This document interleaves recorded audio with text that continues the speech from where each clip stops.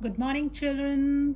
Babita Parmar, welcome you all in your own channel Physics की आवाज़, providing you physics easy notes.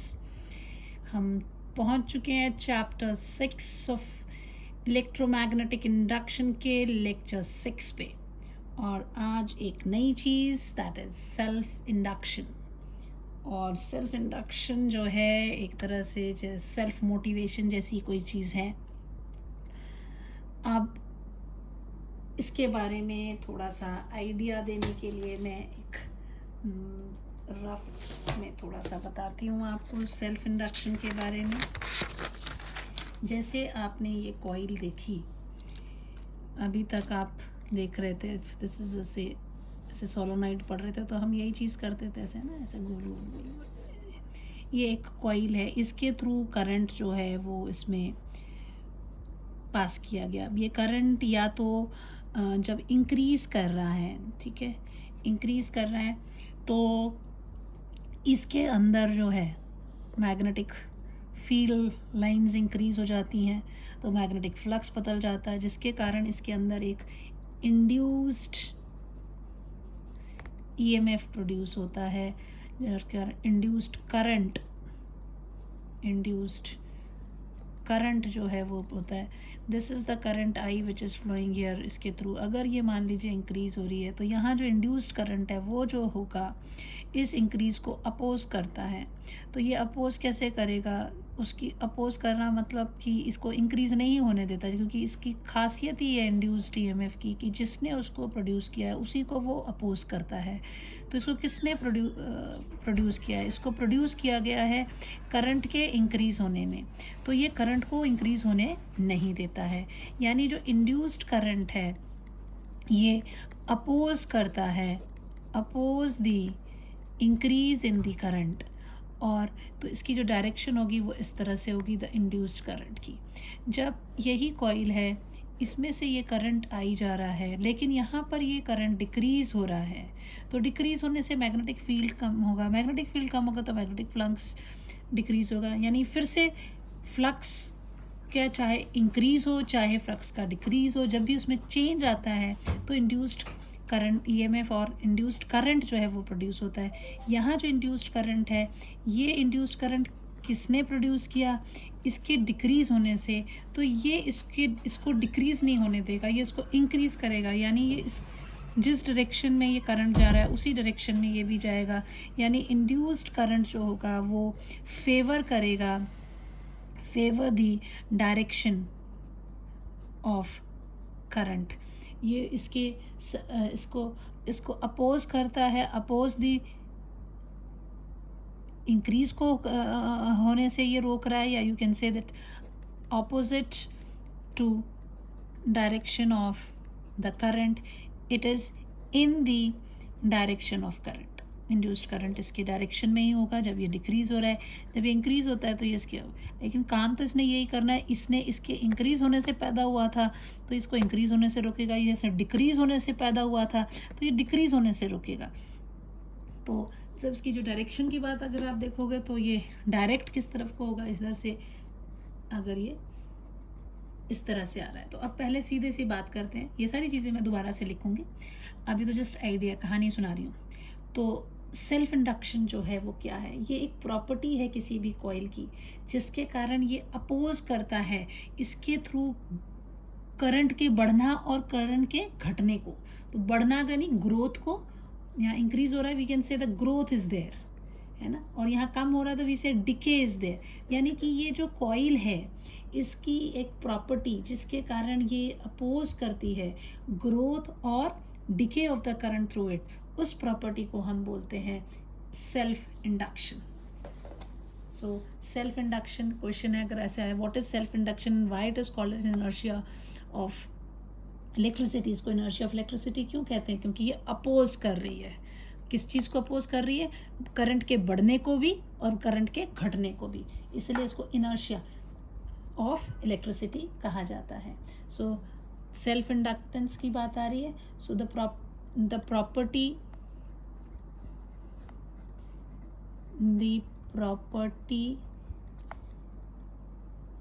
of a coil by virtue of which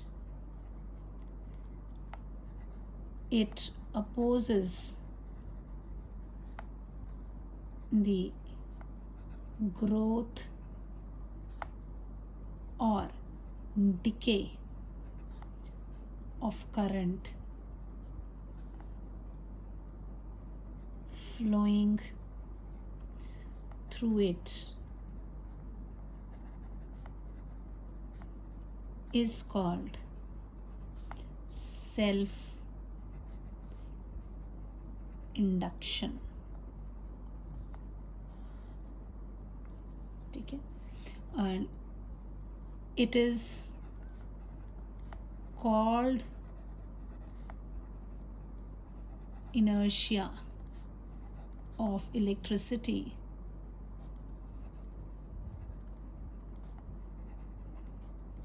because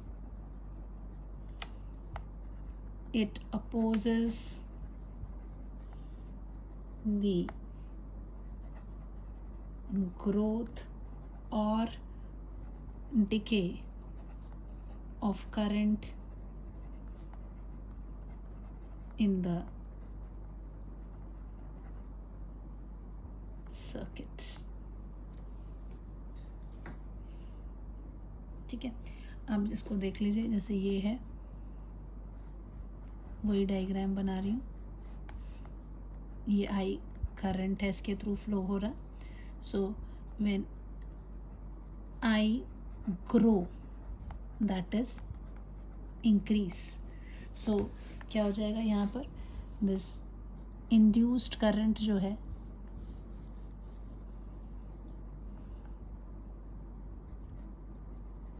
induced current is produced which opposes the growth, therefore directed opposite to I. इसकी direction ये है. And when this is the coil,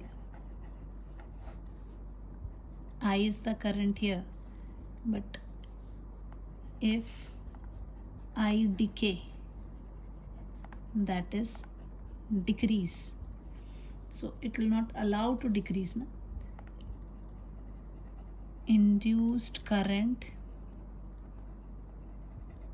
will oppose the decay, therefore directed in the direction of I, that is it favor I के favour में चल रही है, ये इधर को होगी, इनका इसको यहाँ पे क्या है, it's directly opposite to, that is it is opposing the current, that is opposes I. यहाँ क्या, it favors I. डायरेक्शन उसकी क्या हो जाएगी, उसको कम, देखो डायरेक्शन तो ये ऐसा थोड़ी कि कम होने लगा तो करंट उल्टा चलने लगे, करंट तो ऐसे ही जा रहा है इसके थ्रू, बट यहाँ पर वो इंक्रीज हो रहा है, यहाँ पे वो डिक्रीज हो रहा है. तो हर जगह जो इंड्यूस्ड करंट तो प्रोड्यूस हो ही रहा है because of the change in the magnetic flux. Magnetic flux के कारण ये चेंजेस हो रही है. So induced current is produced due to change in magnetic flux. Magnetic flux के कारण ही वो चेंजेस आ रहे हैं. तो बट अपोज कर रहा है and directed such that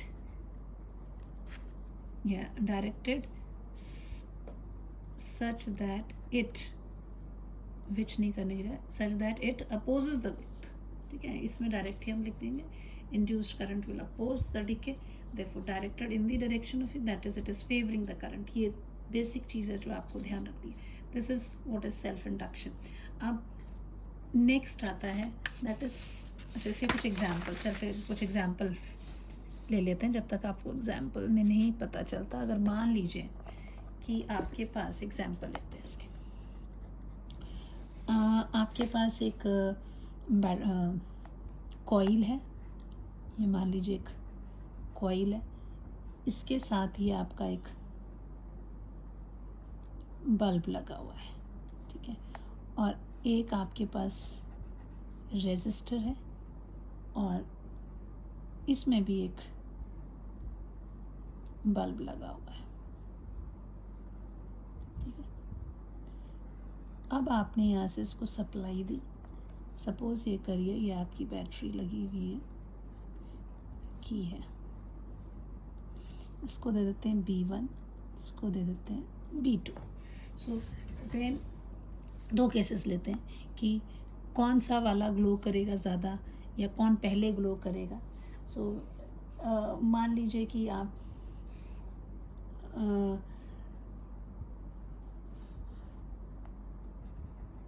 when switch is on ले लेते हैं and switch is off ले लेते हैं, ठीक है। ऑन के टाइम पर क्या होगा,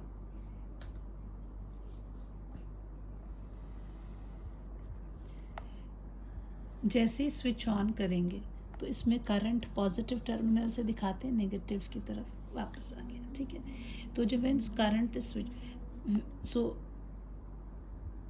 करंट इंक्रीज होना शुरू होता है, ठीक है। जैसे आपने स्विच ऑन किया द करंट स्टार्ट्स इंक्रीजिंग। सो यहाँ पर कॉइल में सेल्फ इंडक्शन हो जाती है, जबकि रेजिस्टर में कोई सेल्फ इंडक्शन नहीं होती है, ठीक है। सो जो ये वाला बल्ब है, रेजिस्टर वाला बल्ब है, ये एकदम से ग्लो कर जाता है और ये थोड़ा स्लोली ग्लो करता है बिकॉज ये अपोज करता है the growth of the current. So when switch is on current increases but yeah you get increases, bulb B2 glow immediately, whereas B1 glow slowly because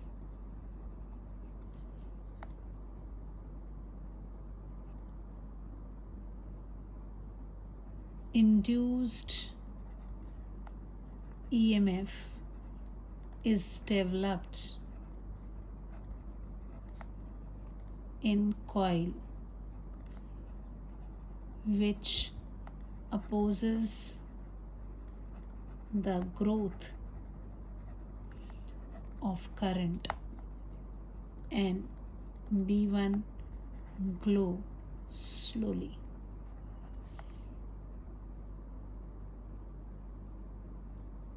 Current increases, bulb B2 glow immediately, whereas B1 glow slowly because induced EMF is developed in coil which oppose the growth of current and B1 glow slowly. यहाँ पे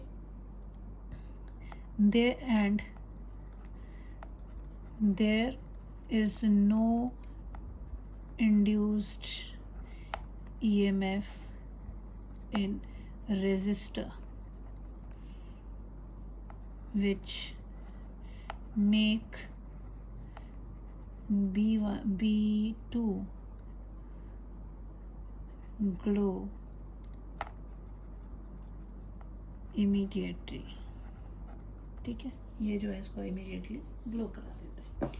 now switch off जब आप करते हैं, सो वह इसको close करेंगे तो जैसे ही स्विच ऑफ होगा, when switched off, switch is of, क्या हो जाएगा, इसमें एकदम से करंट जो है B1 जो एकदम स्टॉप कर देगा, जो वो दूसरा B2 है वो थोड़ी देर के लिए ग्लो करता रहेगा क्योंकि करंट जो है वो कॉइल के थ्रू डिक्रीज होना शुरू करेगा, अगेन EMF इंड्यूस हो जाएगा जो कि उसको अपोज करेगा to the gate of current. So here in resistor there is no EMF induced EMF. Therefore, B2 stops glowing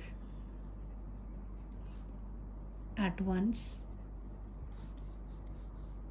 and in coil induced EMF is developed, which opposes the growth of current, sorry, not growth, decay of current, जो decay को वो ख़त्म होने को भी वो रोकेगा, opposes the decay of the current.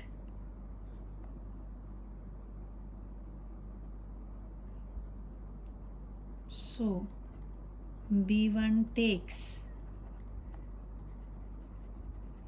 some time to stop glowing.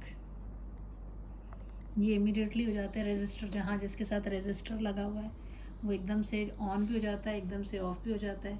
लेकिन जो दूसरा वाला है जिसके साथ कॉइल लगी हुई है वो थोड़ा टाइम लेता है और धीरे धीरे चलना शुरू करते हैं, एकदम से पूरा ग्लो जो है वो दे देता है.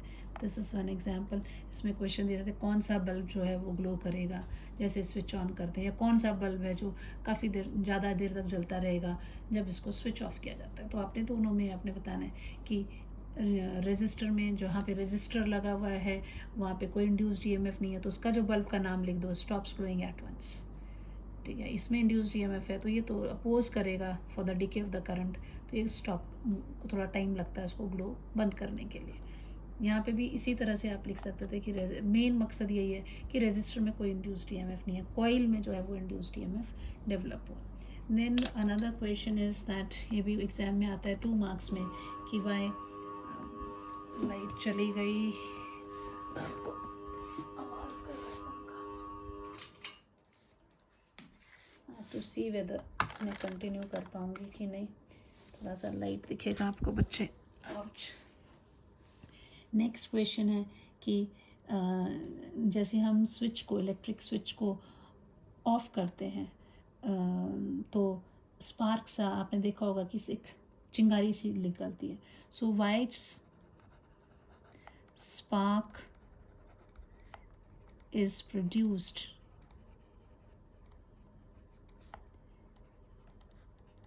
in the electric switch when the light is switched off. जैसे ही लाइट को स्विच ऑफ करते हैं तो आप, तो इसमें चिंगारी सी क्यों दिखाई देती है, बहुत बार आप बच्चों ने नोटिस किया होगा कि ऐसा होता है. तो जैसे ही सर्किट को हम स्विच ऑफ करते हैं तो सर्किट में जो करंट है वो क्या होता है, डिक्रीज़ होना शुरू हो जाता है, जिसके कारण क्या होता है, बहुत ज़्यादा इंड्यूस्ड ईएमएफ सेटअप हो जाता है. कहाँ पर, स्विच कॉन्टैक्ट्स के बीच में. तो वो स्विच कॉन्टैक्ट्स के बीच में जो इंड्यूस्ड ईएमएफ होता है वो इतना स्ट्रॉन्ग होता है कि वो इतना, उसमें इतनी स्ट्रेंथ होती है कि वो जो इंसुलेशन है एयर का बिटवीन द स्विच कॉन्टैक्ट उसको वो ब्रेक कर दे और वहाँ पे स्पार्क जो है वो प्रोड्यूस हो जाती है. तो इसका आंसर लिखोगे कि that when the circuit is switched off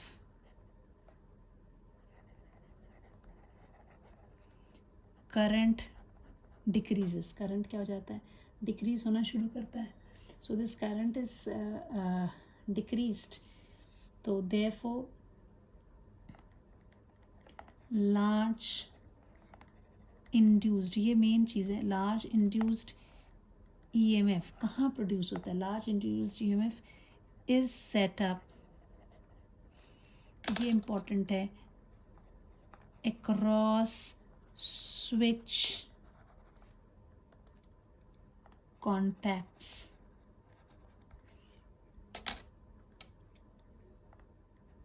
which try to maintain current in the circuit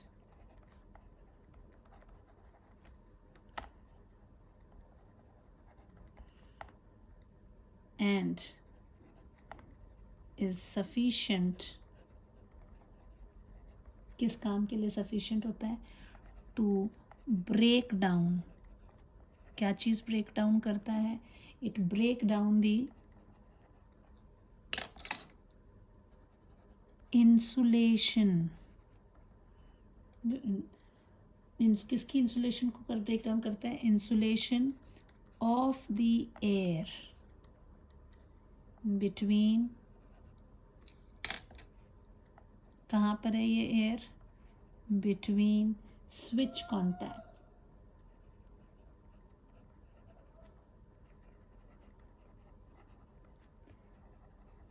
and spark is produced. ठीक है, तो इंड्यूस्ड ईएमएफ का एक चक्कर है। यहाँ पर भी इंड्यूस्ड ईएमएफ का एग्जांपल हो गया, ये भी इंड्यूस्ड ईएमएफ का प्रैक्टिकल लाइफ में अगर आप देखेंगे वो स्विच में क्यों ऐसा होता है, तो आपको पता होना चाहिए कि जैसे ही आपने स्विच ऑफ किया तो उसमें करंट डिक्रीज़ होना शुरू करता है। जैसे डिक्रीज़ करना होता है फ्लक्स चेंज हो जाएगा और उसके कारण इंड्यूस्ड ईएमएफ कहाँ प्रोड्यूस हो रहा है? The induced EMF is set up, large induced EMF is set up across the switch contacts. यहाँ पर ये जो है induced EMF डेवलप हो जाता है और इतना काफ़ी होता है कि वो ब्रेक कर दे एयर की इंसुलेशन को और उसके कारण वहाँ पे स्पार्क जो है वो प्रोड्यूस होता है। ठीक है, अब एक टर्म दूसरी और लेंगे हम नेक्स्ट क्वेश्चन। ये था सेल्फ इंडक्शन, अब होगा सेल्फ इंडक्टेंस। कई बार बच्चे कंफ्यूज हो जाते हैं कि सेल्फ इंडक्टेंस और self coefficient of self induction इस एक ही बात। ये पहला हमने क्या टर्म पढ़ा बच्चे? This is self induction. अब पढ़ेंगे सेल्फ इंडक्टेंस। उसका दूसरा नाम सेल्फ इंडक्टेंस का है कोफिशिएंट ऑफ सेल्फ इंडक्शन। ठीक है, सो थोड़ा सा मुझे इसको याद है। What is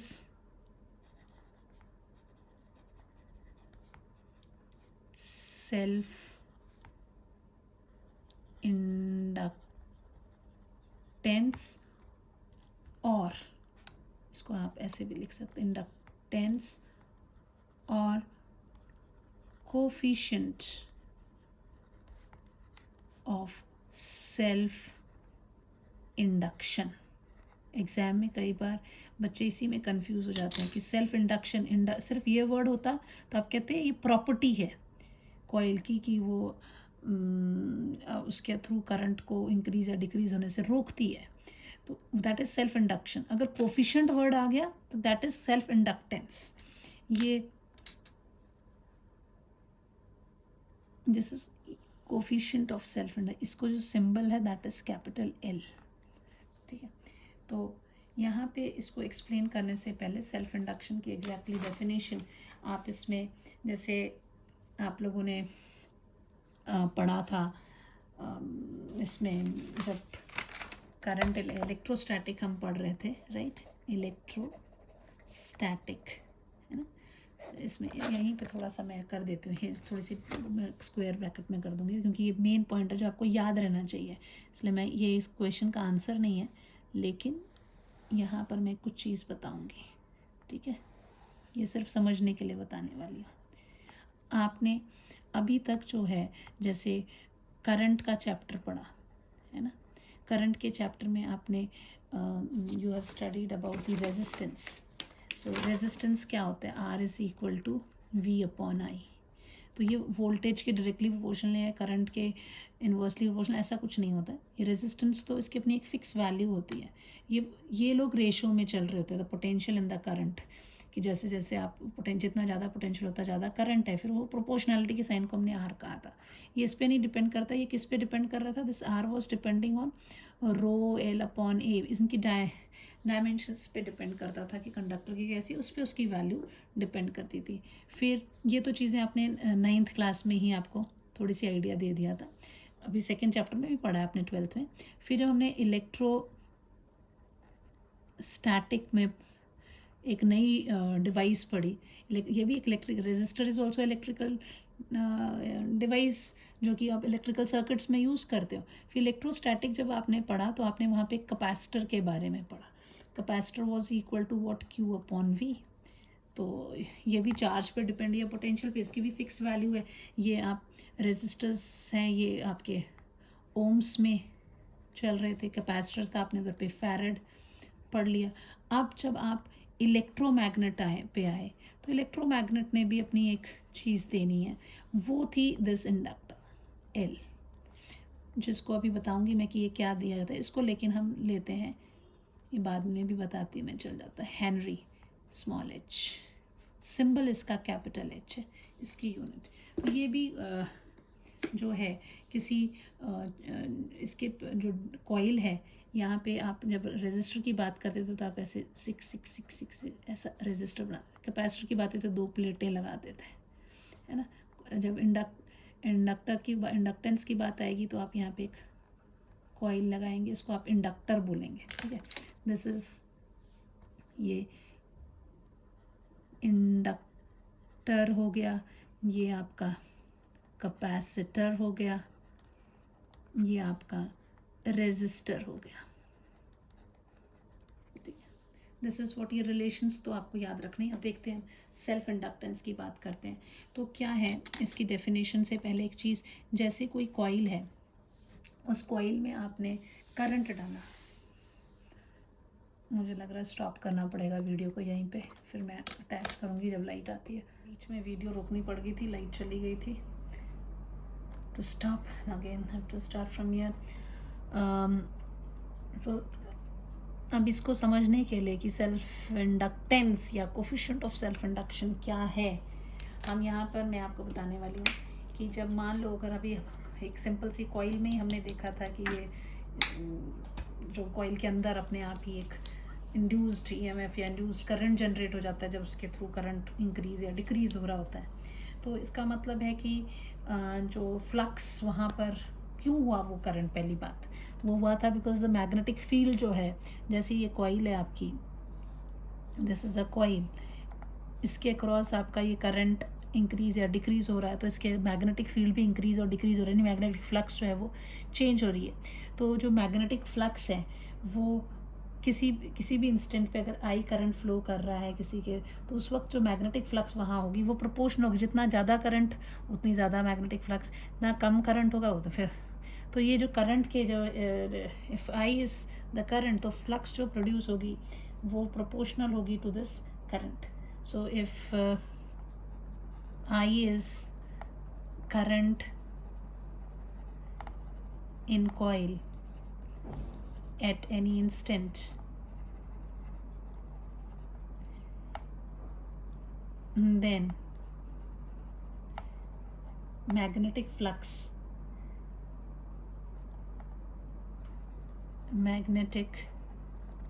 flux linked with coil is proportional to strength of current। ये प्रैक्टिकली देखा गया कि ऐसा होता है, that is your phi is proportional to I, so I can write this phi is equal to Li। L जो है this is this is a constant of proportionality called this coefficient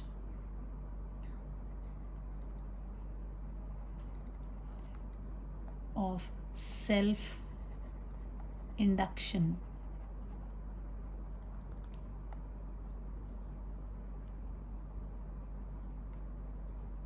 or you can say self inductance। ये L है क्या वैसे, this is a constant of proportionality, ये इस proportionality को जब इक्वल टू में बदला तो L लगा, तो ये कांस्टेंट ऑफ प्रोपोर्शनैलिटी जिसको self coefficient of self induction कहते हैं या सेल्फ इंडक्टेंस कहते हैं। तो यहाँ से अगर आप देखो कि इस वाले ये जो रिलेशन आया है, यहाँ से अगर हम इसको डिफाइन आउट करते हैं सेल्फ इंडक्टेंस को, so if I is equal to 1, you say that the unit current is flowing through it. Then phi is equal to L, यानी L किसके बराबर आ गया, phi के, यानी कि जो सेल्फ इंडक्टेंस है वो बराबर है मैग्नेटिक फ्लक्स के जब यूनिट करंट कॉइल के थ्रू फ्लो कर रहा है. ठीक है. So here we can say that self inductance या coefficient of self inductance L is equal to magnetic flux linked with a coil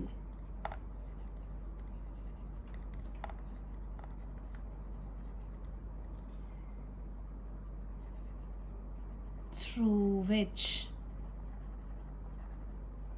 unit current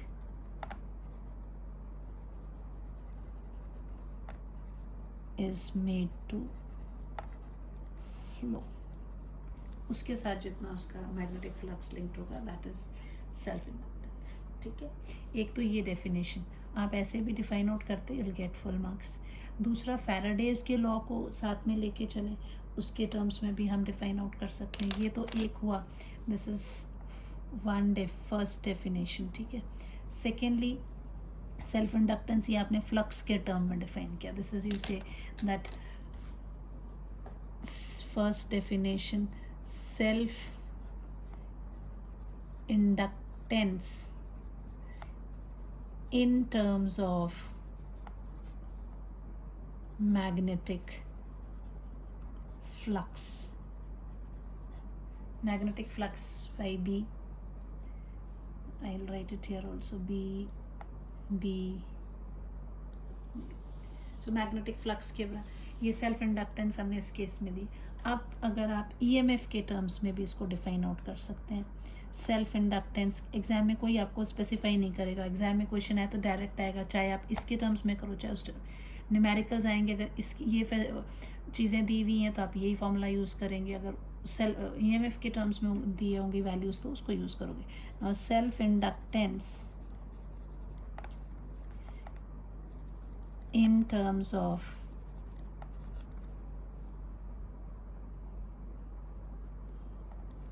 induced EMF के terms में हम देखते हैं कि इधर पर क्या आता है. यहाँ मैग्नेटिक फ्लक्स के टर्म्स में हमने देखा, अब हम इंड्यूस्ड EMF के टर्म्स में देखेंगे तो क्या है. सो फ्रॉम फैराडेज लॉ हमें पता है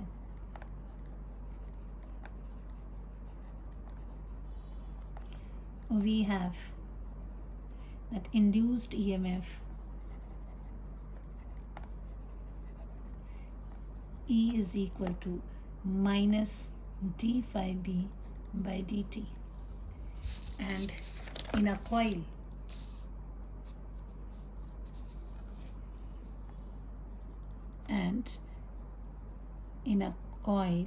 phi is equal to L into I. So therefore E will be equal to what? Minus d by dt of Li. So this is equal to L constant है, बाहर आ जाएगा di by dt. So EMF अगर ये minus negative di by dt, minus di by dt क्या है? This is the decrease in current. So if this is say equal to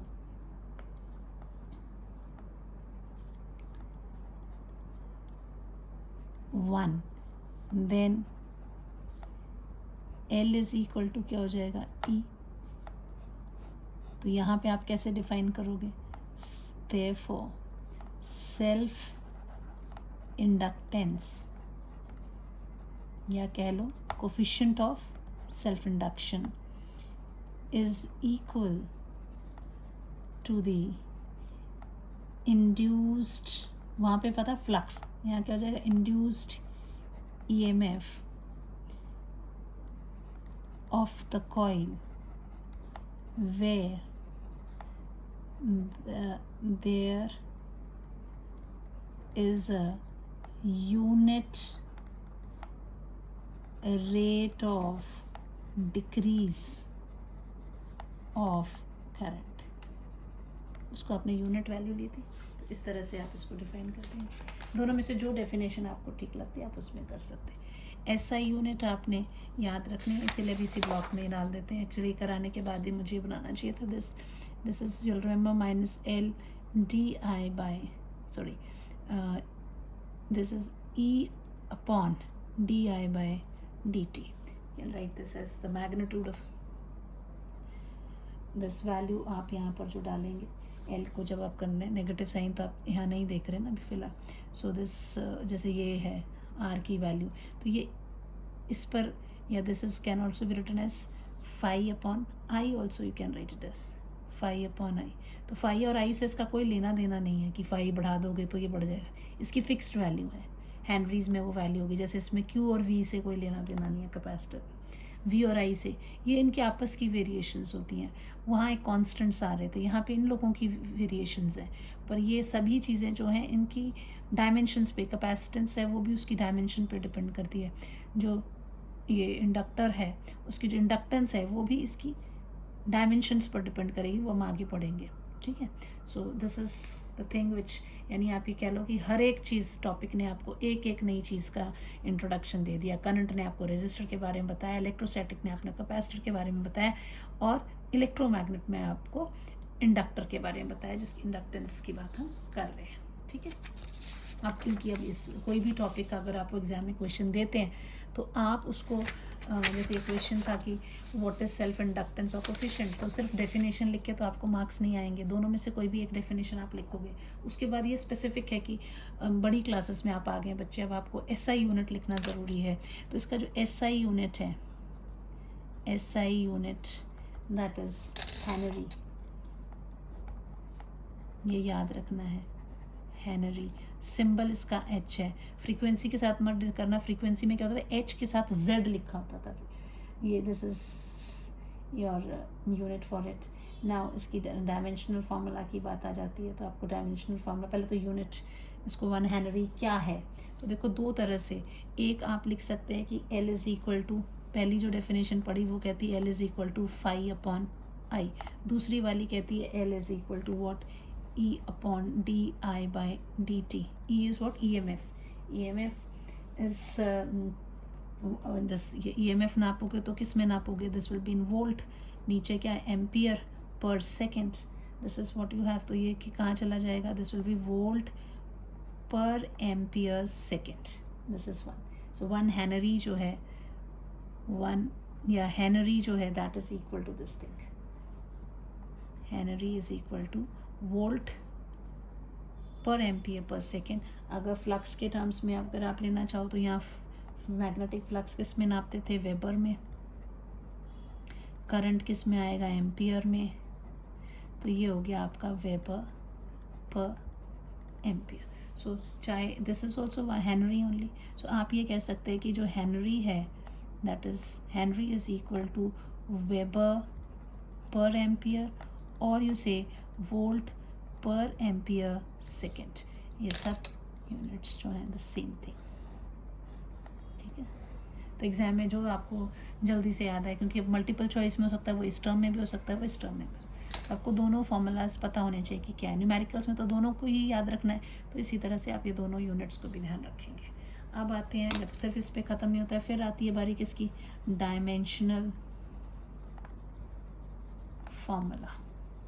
तो dimensional formula तो सेम ही आना है, तो जो इजी वाला है वो वाला रिलेशन आप यूज़ कर लीजिए। So if this you have this L is equal to E upon di by dt, अगर हम लेते हैं EMF that is the work done, potential है that is if you say work done per unit charge dq, charge आप ले लोगे divided by this di by dt है। इसको और सिंपल करना चाहें तो आप क्या कर सकते हो? This can be written as divided by dq, नीचे चला जाएगा, सो dq बाय dt हो जाएगा, और ये di है। dq by dt is what? I, so this is equal to work I into di। तो ये भी करंट है, ये भी करंट है। वर्क का तो डायमेंशनल फार्मूला पता ही है, that is force into displacement. Force into displacement divided by current का क्या हो जाएगा स्क्वायर, चाहे स्मॉल चेंज है तो करंट ही, तो this will be equal to what ML/T, work का हो जाएगा ML² T-2 divided by current का हो जाएगा एम्पियर का स्क्वायर. सो डायमेंशनल फार्मूला क्या हो जाएगा ML² T-2 A-2. This is the dimensional formula. तो ये भी आपको किस में आएगा 1 मार्क 2 मार्क के क्वेश्चन में डेफिनेशन आ जाएगी. अगर डेफिनेशन आती है तो डेफिनेशन के बाद आपको उसकी यूनिट भी लिखनी पड़ेगी और डायमेंशनल फार्मूला भी एडिशनल चीज़ है जो आपको करनी ही है. ठीक है. और अगर ऑब्जेक्टिव में डाल देते हैं तो वो या तो यूनिट दे देते हैं या तो डायमेंशनल फार्मूला. तो आपको ये अगर आपको ये बेसिक रिलेशन पता है, कोई भी फिजिकल क्वांटिटी है उसकी अगर बेसिक रिलेशन पता है तो डायमेंशनल फार्मूला और यूनिट निकालना कोई मुश्किल चीज़ नहीं है. अब इधर से हमें ये चीज़ें पढ़ ली हमने, तो एक नई टर्म जो हमने यहाँ सीखी है वो क्या सीखी है इंडक्टर. ये देखिए इंडक्टर. तो ये इंडक्टर है क्या चीज़. दिस इंडक्टर जो है ये एक एलिमेंट है इलेक्ट्रिक सर्किट का जो कि टाइटली वूंड कॉइल है इंसुलेटेड वायर की, जो कि अपोज करती है change in the current flowing through it. इसको हम इंडक्टर कहते हैं. तो यहाँ से मैं एक इंडक्टर की डेफिनेशन यहाँ डिफाइन कर देते हैं. इंडक्टर को अलग से पेज पे नहीं यूज़ कर रही हूँ. जैसे कैपेसिटर रेजिस्टर हमने पहले डिफाइन आउट किए हुए थे, सब इलेक्ट्रिकल डिवाइसेस हैं. तो ये एक नई डिवाइस आई है आपकी, क्या आपने पढ़ी, किसका इंट्रोडक्शन हुआ आपका इंडक्टर. ठीक है. ये इंडक्टर क्या है, इस तरह का टाइटली वूंड इंसुलेटेड वायर का इस तरह का कॉइल होता है. दिस इज एन एलिमेंट, इसको आप लिखेंगे an element of electric circuit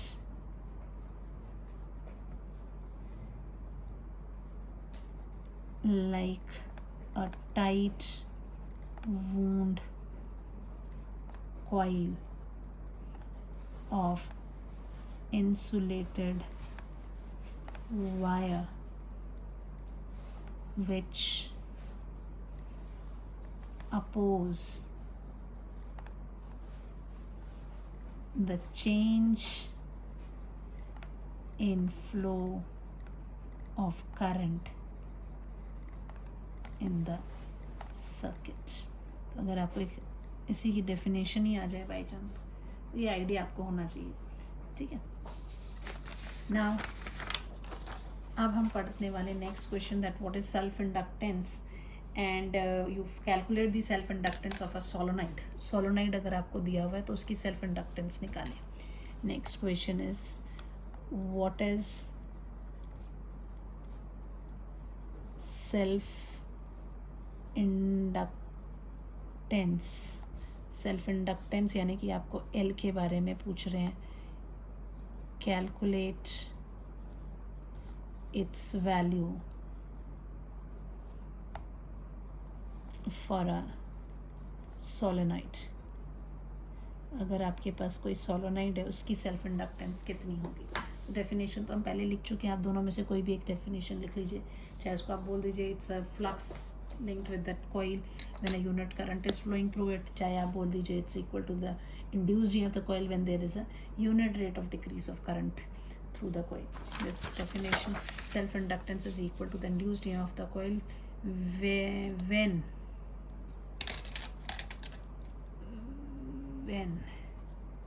when there is a unit rate of decrease of current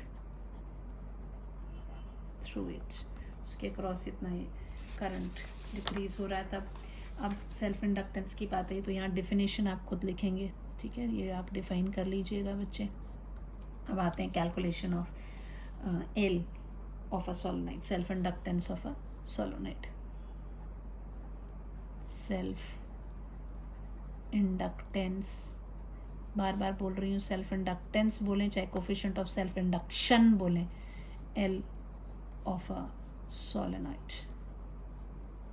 solenoid का निकालना है. तो सोलोनाइड क्या है. दिस इज द सोलोनाइड जिसमें कि ऐसे टाइटली वूंड बहुत large number of turns of coils होती हैं. और this is the solenoid you have. The current I is flowing through a solenoid. So let us consider long solenoid of length L. L length का आप मान लीजिए solenoid ले लेते हैं. ठीक है. let L is the length of the solenoid, I is the current flowing through solenoid, small n number of turns per unit length, which is equal to capital N upon L. Capital N क्या है? Total number of turns in a solenoid. Then magnetic field inside this solenoid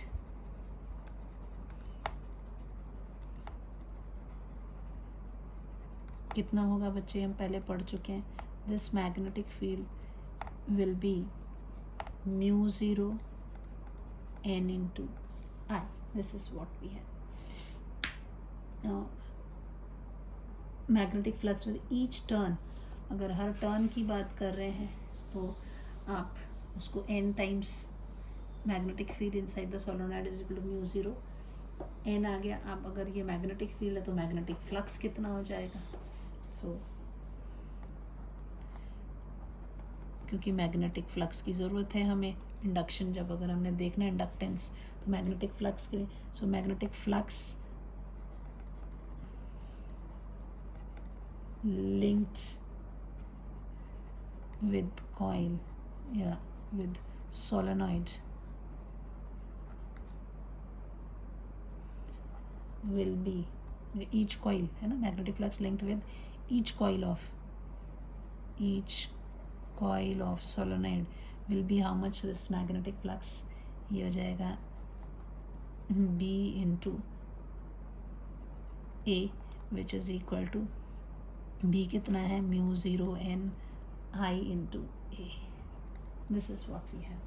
Now अब जो total, this is what we have magnetic flux. ये तो हुई simple इसकी definition के हिसाब से. Now we'll go for the in terms of the magnetic flux linked with the solenoid. Magnetic flux linked with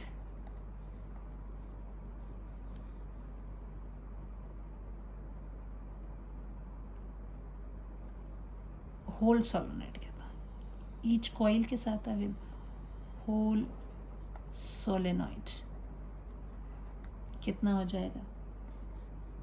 Phi will be equal to magnetic flux linked with each turn into number of turns in solenoid. कितना है? एक के साथ कितना किया हमने? mu 0 n I A. So into कितने number of turns हैं? Capital N. This will be equal to mu 0 n I A into capital N can be written as small n into L. So this is mu 0 n square L into I into A. This is magnet. But according to definition किसकी? Of self inductance, phi is equal to L into I. ये आया, इसके हिसाब से ये आ गया. So from 1 and 2, from 1 and 2 इन दोनों के हिसाब से क्या हो जाएगा? ये Li will be equal to कितना था वो? mu 0 n square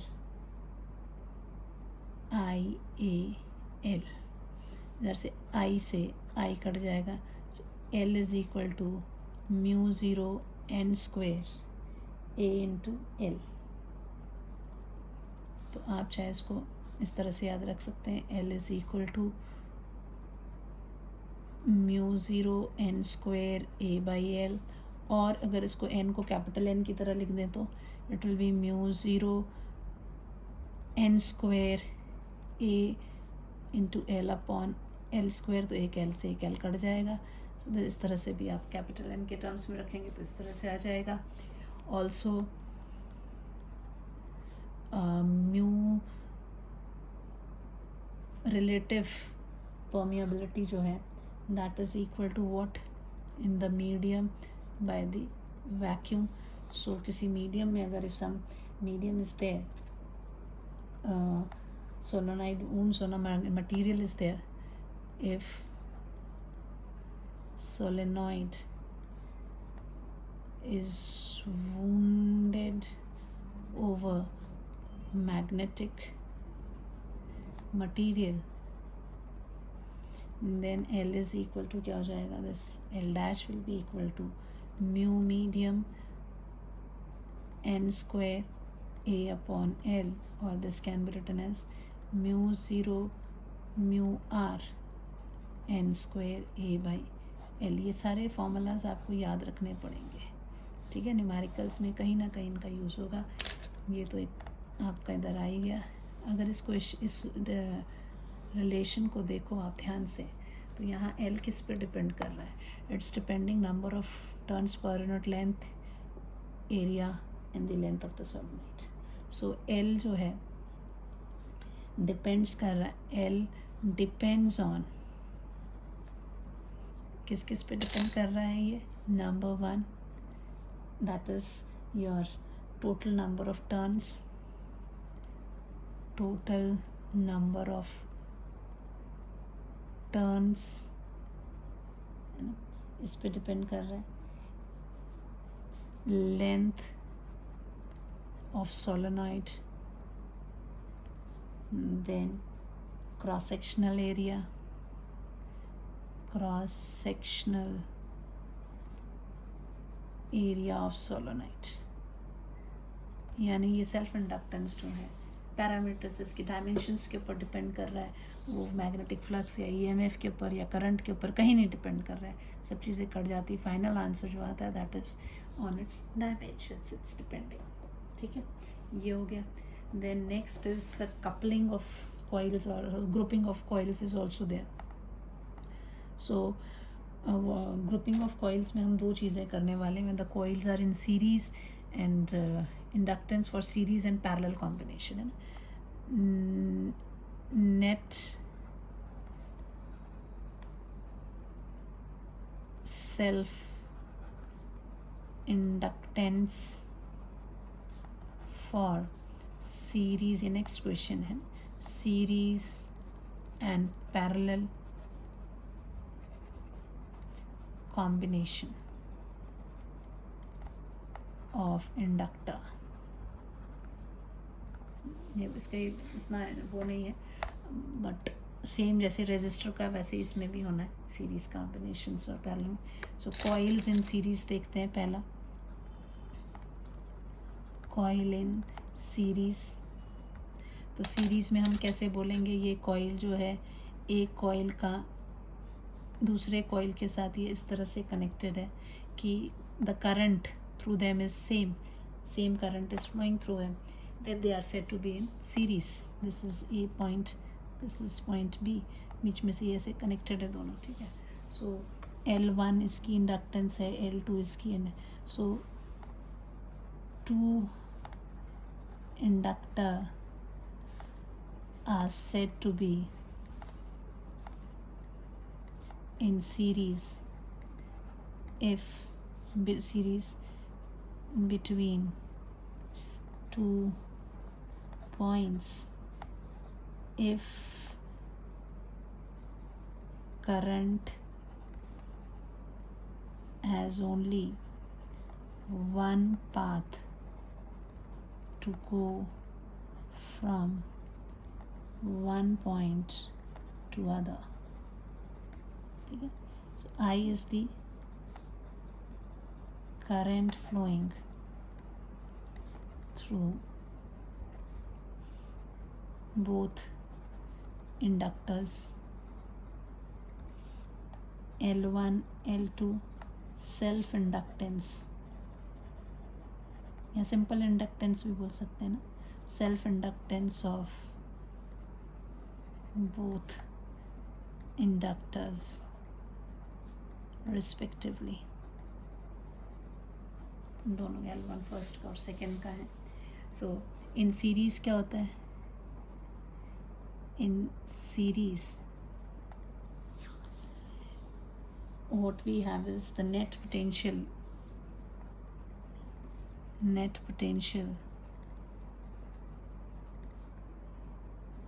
across AB is equal to sum of potential across L1 and L2, that is E is equal to E1 plus E2, right? Now what is E? E will be equal to minus L di by dt. E1 will be equal to minus L1 di by dt. E2 will be equal to minus L2 di by dt. इसके cross rate of change अगर E1 first वाले के cross ये net is this thing. So what will happen? So this will be equal to your minus L di by dt will be equal to minus L1 di by dt minus L2 di by dt. सबके पास minus minus है, cut जाएगा. सबके पास di by dt भी है. So L is equal to क्या आ गया? L1 plus L2. जैसे R is equal to R1 plus R2 होता. So this what we had the rate of change of both the coil. ये जो net inductance है टू कॉइल्स का net potential था, तो this is net inductance, net EMF. तो net EMF is इसके across जो EMF डेवलप हुआ प्लस इसके अक्रॉस जो. This is what we have now. Coils और इंडक्टर्स इन सीरीज. कॉइल बोलो या इंडक्टर एक ही चीज़ है, ठीक है. नाउ कॉइल इन या बी ले लेते हैं. कॉइल और inductor in parallel.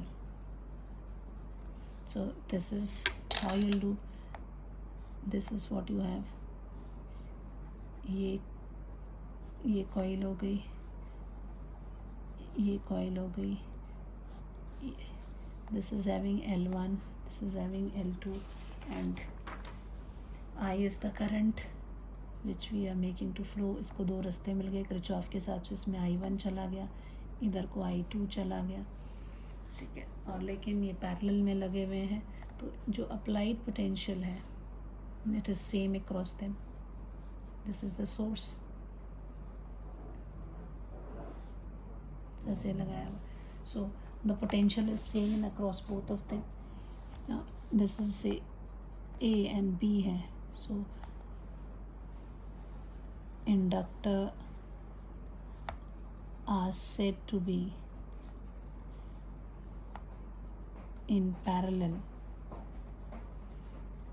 if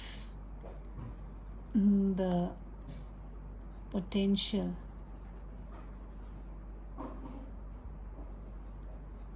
applied across both is same and the current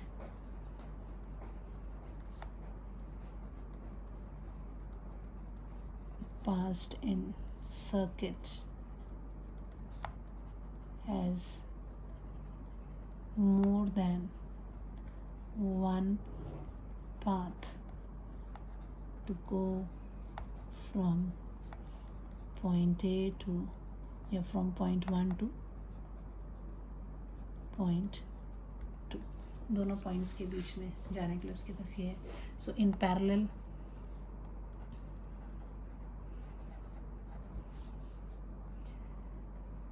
I is equal to total current is equal to I1 plus I2. सो अब यहाँ तो जो इक्वेशन आती है उसमें तो हम क्या लेते हैं, we take rate of change. So we'll differentiate both the side, differentiating both sides with respect to time.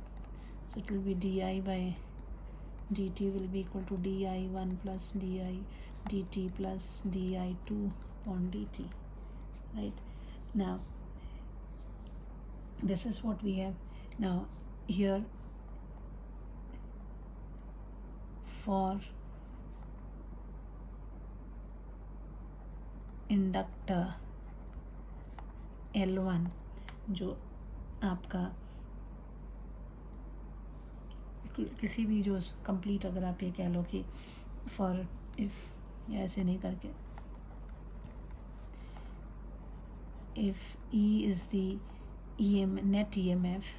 Net EMF, then E is always equal to minus L di by dt, where L is your net inductance, which implies your E1 will be equal to minus L di by dt, which implies di1 upon dt is equal to E1 upon L, and di2 by dt will be equal to minus E2 upon L. So ये यहाँ पर डाल दीजिए आप, this is what we have. यहाँ से आपका E की जगह क्या, di by dt की जगह क्या हो जाएगा, it will be E upon L minus will be equal to minus E1 upon L1, then sorry, potential is same ना, potential is same, L2. So E net है same for both L1 and L2. This is E upon L minus E upon L2. Negative sign सबका चला जाएगा, E भी चला जाएगा. You are left with 1 upon L will be equal to 1 upon L1 plus 1 upon, बिल्कुल जैसे equivalent inductance होगी, that is reciprocal of this individuals. बिल्कुल रेजिस्टर में जो किया था हमने वही सारी चीज़ उठा के इंडक्टर में कर दी. अब इसका एक बड़ा ही इम्पॉर्टेंट डेरिवेशन है, that is energy stored in an inductor. जैसे कैपेसिटर में किया था, ऐसे इंडक्टर में भी एग्ज़ाम में एक सीरीज़ को वो इंडक्टर दे देते हैं, एक को कैपेसिटर दे देते हैं, ठीक है. तो now derive an expression for, इस तरह से क्वेश्चन आता है, ये न्यूमेरिकल्स में भी यूज़ होगा ये क्वेश्चन. डिराइव एन एक्सप्रेशन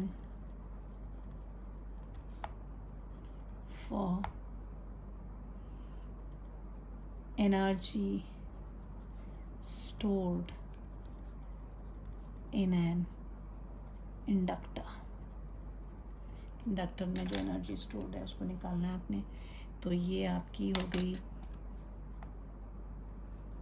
ये आपका इंडक्टर है, ठीक है. इसमें आपने करंट, इसको आपने एक्सटर्नल सप्लाई के साथ लगा दिया.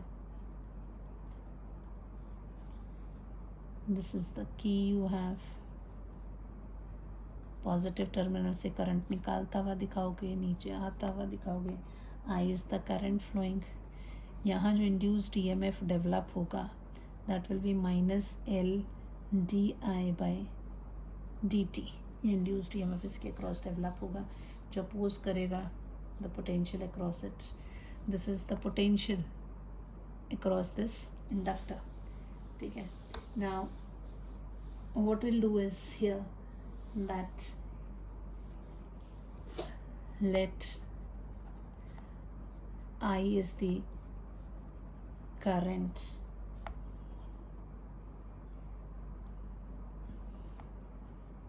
flowing through the inductor. Right. तो induced EMF डेवलप हो जाएगा which will oppose the, if I is the current in the inductor, L is the inductance of the inductor. Inductor की inductance, that is capital L हमने ले लिया. Now induced EMF is developed in a coil which opposes the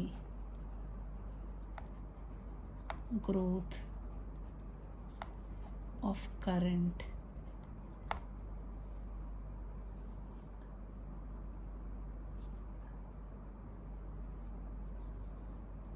through inductor. coil या inductor एक ही बात है, ठीक है.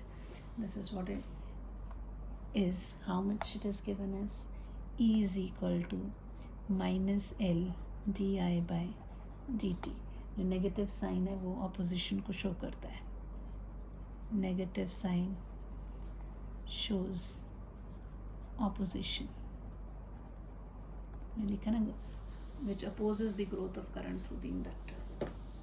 Induced EMF is developed in the coil which opposes the growth of current through inductor is given.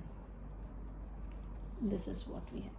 तो आप इस inductor के थ्रू करंट को फ्लो करवाने के लिए जो हमें against this external voltage is applied, and the वो एक्सटर्नल वोल्टेज की जो बैटरी होगी वो इसके इक्वल होनी चाहिए. सो to drive the current through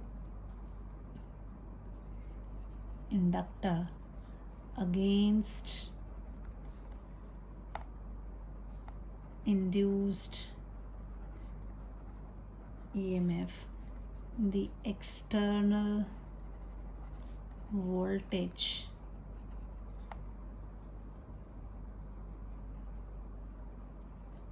of EMF equals to minus E is used.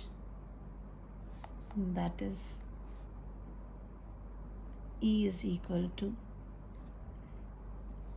external voltage. external voltage हम ले लेते हैं E dash, मान लीजिए E external ही कर देते हैं. This E external is equal to L di by dt. इसके ऑपोजिट है माइनस ई के बराबर है, ठीक है. नाउ तो आपको पूछा है the energy stored. So energy stored U is the energy stored in the inductor. This will be equal to total work done to maintain maximum current से maximum current हम ले लेते हैं I0, ठीक है. maximum current I0 through the inductor which will be equal to integral of small work done to drive small charge,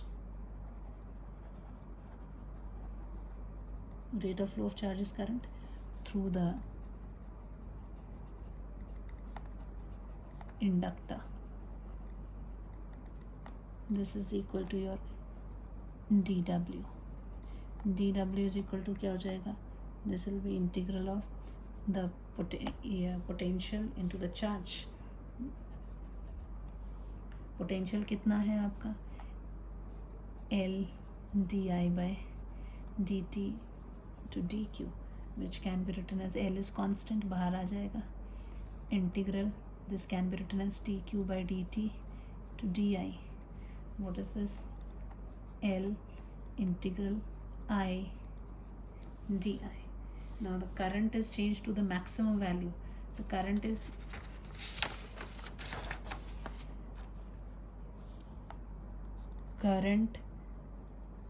changes from 0 to I0 is the maximum. Therefore, integrating above equation for this, या under this limit कह दो, for this limit आपका क्या हो जाएगा? u will be equal to 0 से I0. L तो बाहर था, अंदर था I di, which is equal to L. I का कितना हो जाएगा? I 1 + 1 डिवाइडेड बाय 1 + 1, क्योंकि इसकी पावर 1 है. Lower limit 0, upper limits, this is equal to half L I². Lower limit 0, upper limit I0, which will be equal to half L I0² minus 0 का square, upper limit minus lower limit. This is half L I0². This is the energy which is stored in the inductor. This ये आपको याद रखनी है, ठीक है? So this is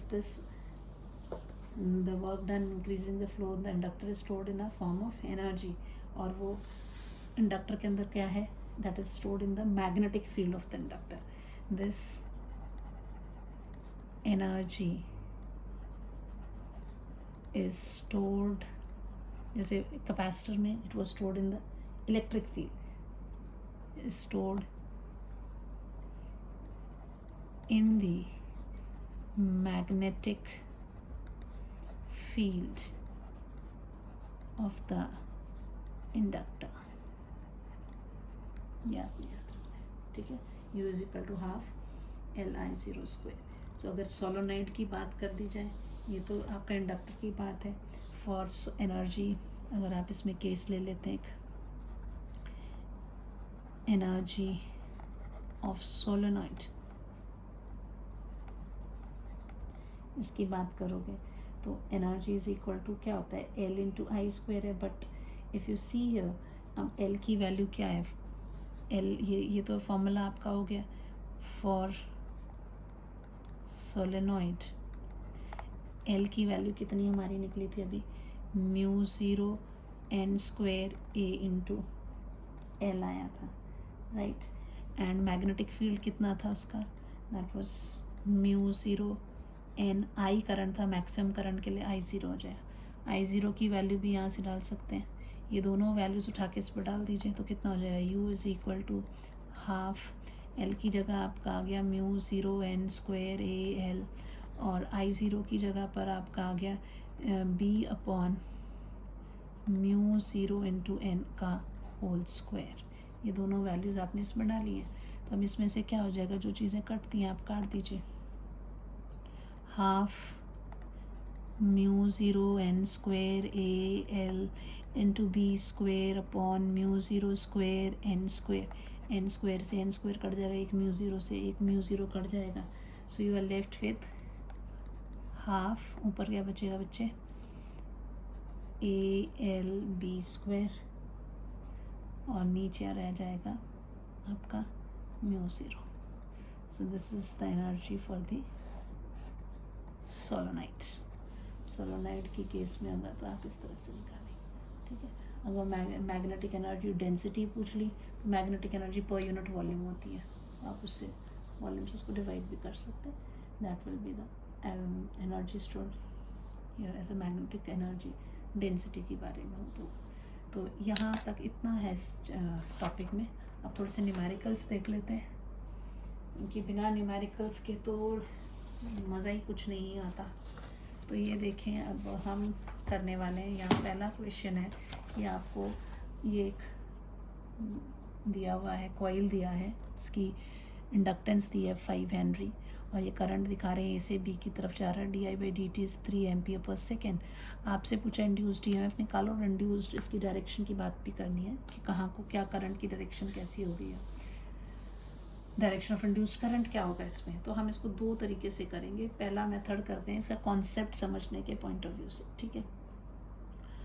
now हम इसमें D I by D T उठा के इन्होंने दे दिया है, this is what we they had given you.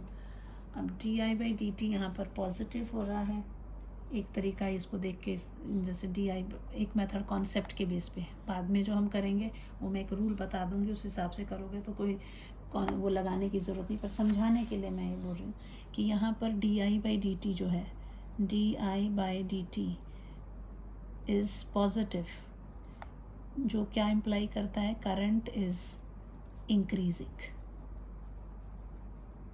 ठीक है। और जब करंट इंक्रीज करता है तो इंड्यूस्ड करंट क्या करेगा, उसको करंट इंक्रीज करेगा, देयरफॉर इंड्यूस्ड करंट, बताया था आपको शुरू में मैंने, ये इंड्यूस्ड करंट जो है इसको इंक्रीज होने से रोकेगा। सो रोकेगा means this induced current oppose the rise, oppose the rise, which imply I induced is opposite to I के ऑपोजिट में होगा। यानी कि अगर ये करंट है तो अगर इसको मैं एक, ये कॉइल जो एक तरह से किसकी तरह बिहेव कर रहा है, it's behaving as a battery, यहाँ से ये I की डायरेक्शन है, इसका जो इंड्यूस्ड करंट होगा उसकी डायरेक्शन यहाँ होगी, तो इस तरफ को इंड्यूस्ड करंट होगा, तो इसका मतलब क्या है, इसका पॉजिटिव टर्मिनल इधर है और नेगेटिव टर्मिनल इधर है, ऐसा ये बिहेव कर रहा है। तो अब जो इंड्यूस्ड ईएमएफ आपने निकालना है, तो मैग्नीट्यूड ऑफ इंड्यूस्ड ईएमएफ क्या होता है, that is equal to minus L D I by D T. आप इसको सीधा कर दोगे, दैट इज़ एल कितना दिया हुआ है 5, तो आप इसको लिखोगे 5 into D I by D T आपको दिया 3, ठीक है, नेगेटिव का निशान है ही है, सो दिस इज़ 15, बाहर निकलेगा तो इट इज़ 15 वोल्ट, ख़त्म। यहाँ पे आप कहेंगे 15 वोल्ट है, तो अब ये पॉजिटिव टर्मिनल इधर है, this is A, this is B, so potential at A is greater than potential at B, so V A minus V B is equal to 15 volt. ये आंसर आ गया आपका, ठीक है, ऐसे बैटरी ड्रॉ करके ये। लेकिन सेकेंड मेथड है कि जब आपको ऐसे कॉइल दी है, this is the coil given to you, तो आपने ये याद रखना है जिस डायरेक्शन में भी करंट फ्लो कर रहा है, क्या, जिस डायरेक्शन में करंट फ्लो कर रहा है उसी डायरेक्शन में आप अपना पाथ ले लो। टेक, ये पहले न्यूमेरिकल में मैं लिख देती हूँ, आगे मैं नहीं लिखूँगी।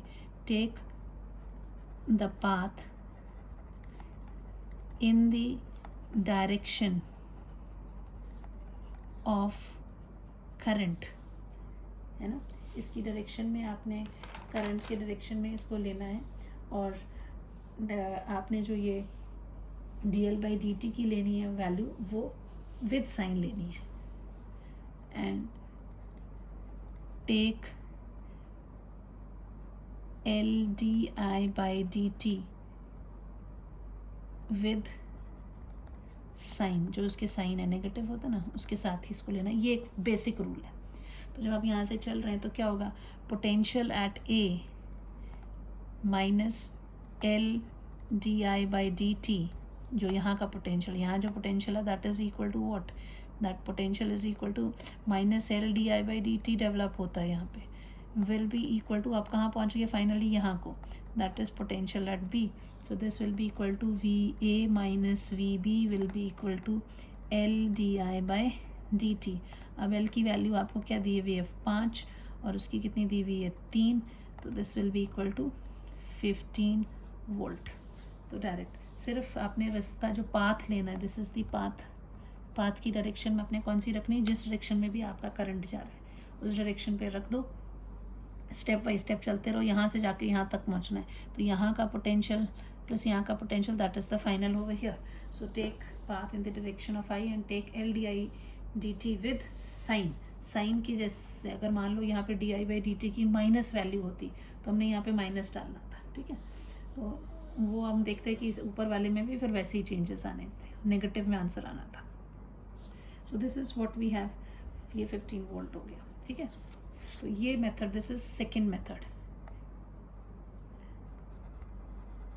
मेथड 2। हम इसी को लेने वाले हैं, ये तो सिर्फ मैंने समझाने के लिए कि ऐसा बैटरी की तरह बिहेव करो, यहीं से आप डायरेक्शंस देख सकते हैं।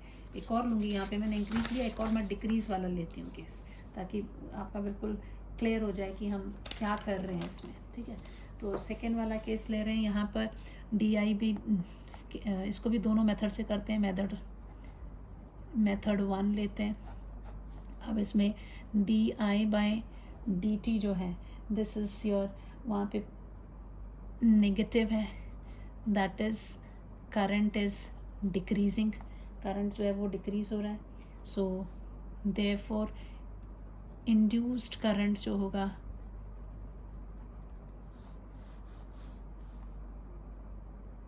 Oppose the decrease in current, that is, ये क्या करेगा, it is in the direction of I, यानी कि ये आपका कॉइल है, ये करंट आई है, लेकिन ये करंट कैसा हो रहा है, डिक्रीज हो रहा है।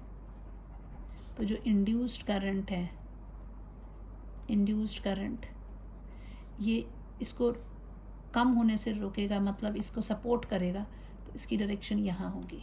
पिछले वाले में क्या हो रहा था, ये इसको सपोर्ट नहीं कर रहा था, उसको अपोज कर रहा था, तो इधर को थी इसकी डायरेक्शन। तो जब ये इसको सपोर्ट करे, इसकी डायरेक्शन यहाँ है, तो इसका मतलब इसकी जो पॉजिटिव बैटरी है वो इस तरफ होगी, इसकी नेगेटिव यहाँ होगी, तभी ऐसा होगा ना, करंट इस तरफ को जा रहा है। This is what we have. तो अगर ये ए पॉइंट है, ये पॉइंट बी है, तो जो भी आपका यहाँ पर मैग्नीट्यूड जैसे उसमें निकाला था, यहाँ भी मैग्नीट्यूड निकालोगे, तो that will be equal to your minus L di/dt, which will be equal to minus L की वैल्यू कितनी है, 4 into -2, that is equal to 8 volt आ गया। लेकिन इसका नेगेटिव टर्म VA जो है नेगेटिव के साथ लगा हुआ है, so this potential of A is less than potential of B, so VA minus VB will be equal to -8 volt, answer ये आएगा, ठीक है। अगर पॉजिटिव भी होता तो इसने प्लस आना था, यहाँ ये -8 वोल्ट आपका आंसर आएगा। अब मेथड 2 देख लेते हैं। मेथड टू क्या बोलता है कि जिस, ये आपका ऐसा था, इधर को करंट था, आपने यही डायरेक्शन में पाथ ले लिया, और ये पॉइंट आपका A था, ये पॉइंट आपका B था, आपने कहा पोटेंशियल एट A प्लस जो पोटेंशियल इसके क्रॉस है, तो इसके क्रॉस कितना है, -L di/dt is equal to potential B, so that will be potential at A minus potential at B is equal to L di/dt। L की value कितनी है, 4, di/dt की वैल्यू कितनी है, -2 -8 वोल्ट।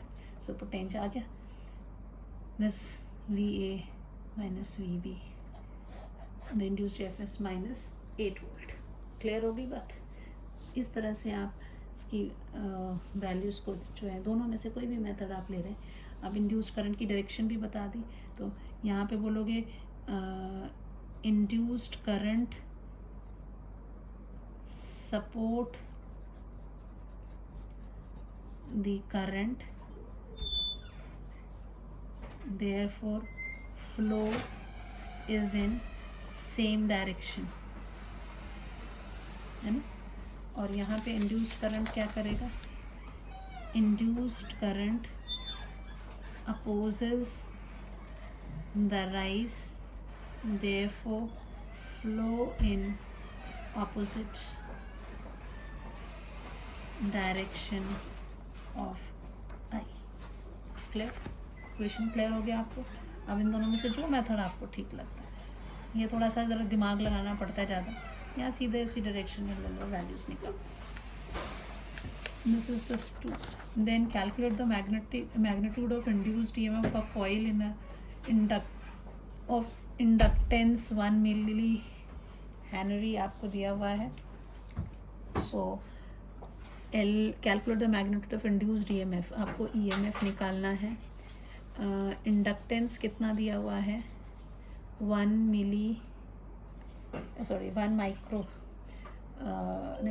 मिली हेनरी दिया हुआ है. That is 10⁻³ Henrys. Current changing from, अब करंट चेंज हो रहा है आपका. दिस करंट चेंज कर रहा है, I is changing from 0.1 ampere to 2.1 ampere. That means DI जो है that is 2.1 final current minus initial current. This is equal to how much? 2 ampere. ठीक है, टाइम भी दिया हुआ है. dt time is 0.1 second. So यहाँ पे आपका di/dt क्या हो गया? di/dt इज इक्वल टू 2/0.1. So this is equal to 0.01, sorry, 0.01. So this is 200 ampere per second है ना. तो यहाँ पे जो आपका करंट है, करंट इज़ इंक्रीजिंग, राइट. तो ये आपकी कॉइल है, इसमें ये करंट है, हम भी इधर को जा रहे हैं. तो अब जब इसको सॉल्व करेंगे तो हम क्या कर देंगे? This is A point, this is B point. हम लिखेंगे VA प्लस यहाँ पर कितना डेवलप हुआ? -LdI/dt. So this will be -LdI/dt is equal to VB.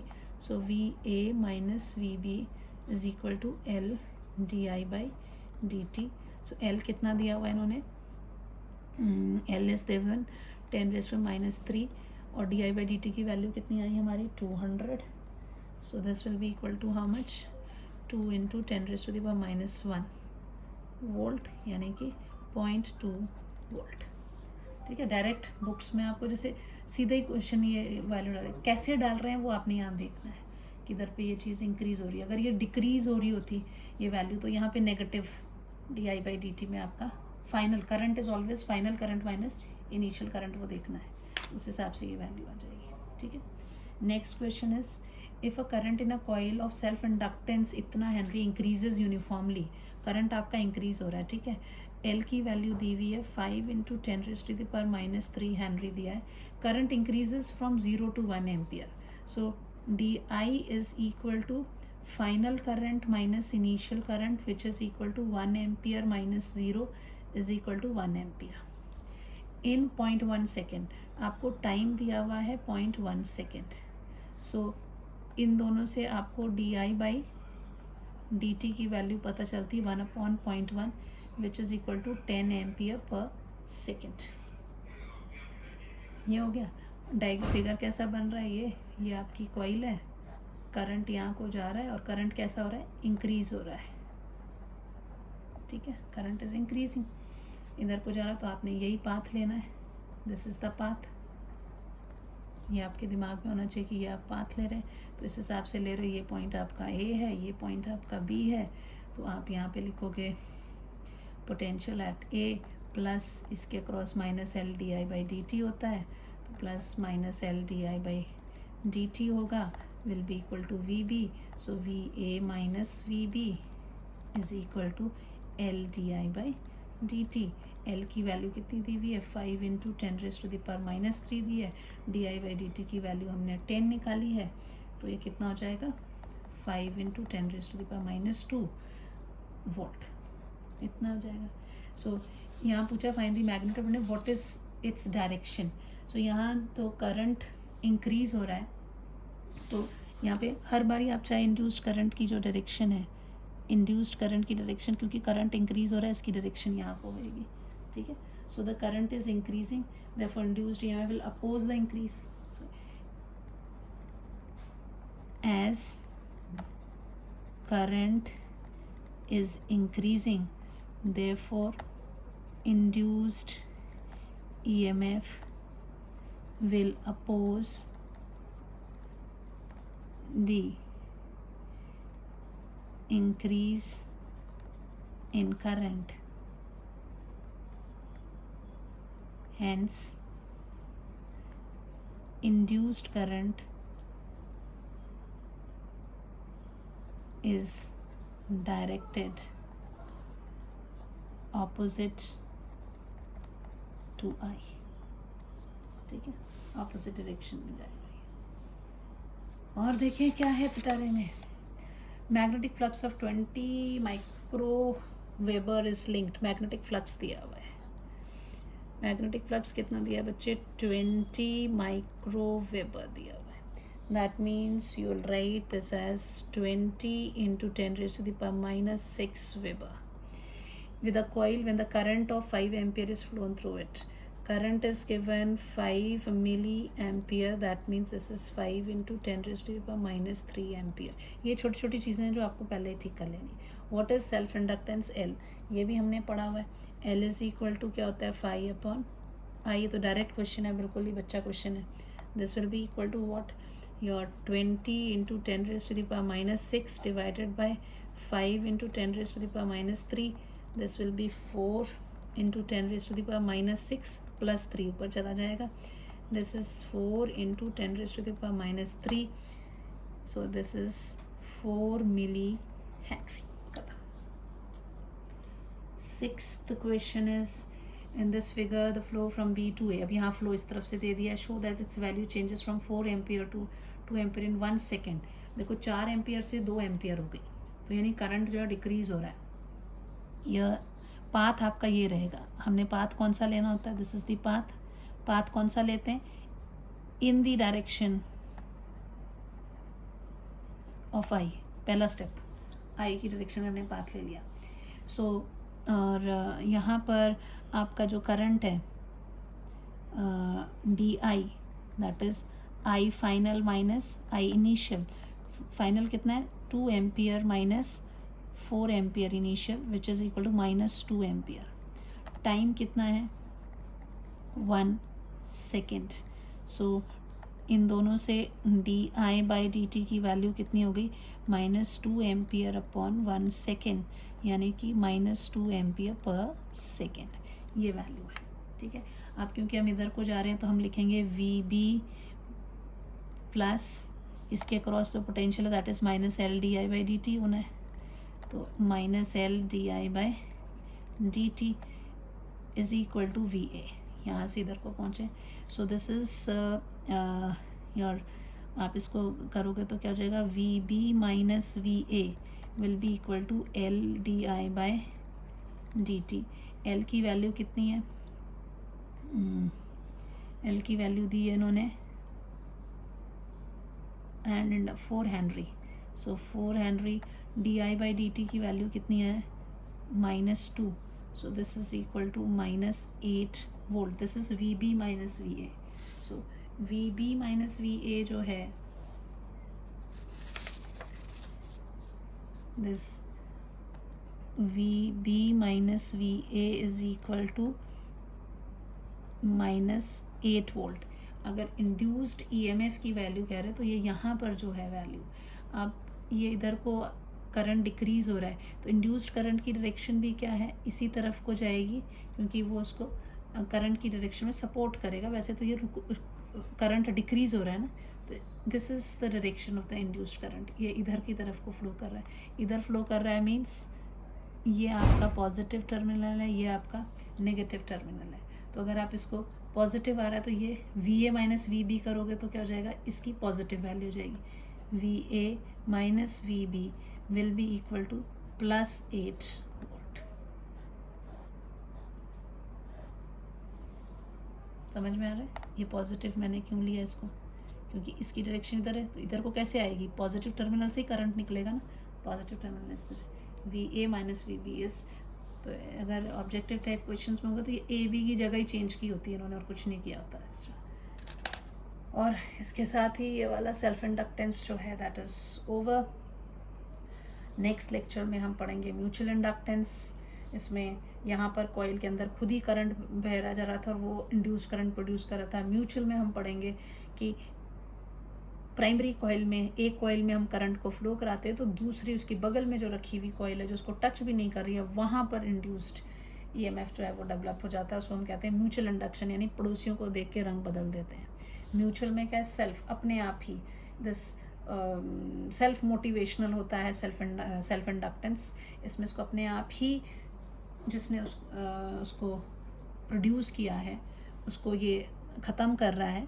लेकिन यहाँ पर अगर पॉजिटिव वे में देखना है कि जो मुश्किलें आ रही हैं, हिंड्रेंस आ रही हैं, जैसे हम मोटिवेट अपने आप से होते हैं, वैसे ये कॉइल भी उसको रिमूव करने की कोशिश करती है।